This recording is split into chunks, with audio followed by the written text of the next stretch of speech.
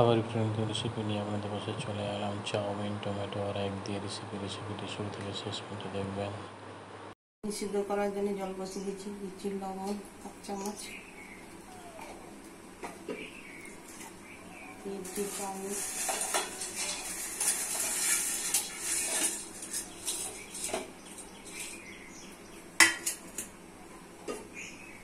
চাউমিনটা সিদ্ধ হোক।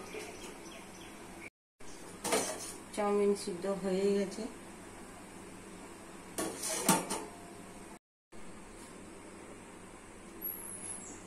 দিচ্ছি সয়াবিন অয়েল, দিচ্ছি পেঁয়াজ কুচি, পেঁয়াজ লাল হয়ে গেছে, দিয়েছি কেটে রাখা ডিম, ডিমটার দিকে ভালো করে ভেজে নিতে হবে। পেঁয়াজের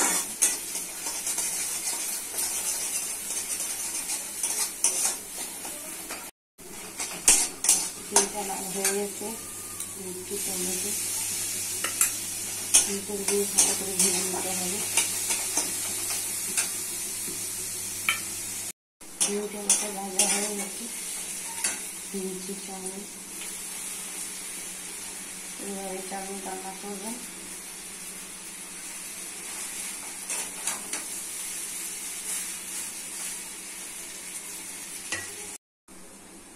দিয়েছি চাট মশলা, হয়ে গেলে নাম করে দেখাচ্ছি। এগ চাউমিনের রেসিপিটি রেডি হয়ে গেছে। কত সুন্দর, কত টেস্টি। বাড়িতে করে খাবেন, সাবস্ক্রাইব করবেন, সঙ্গে থাকবেন, পাশে থাকবেন।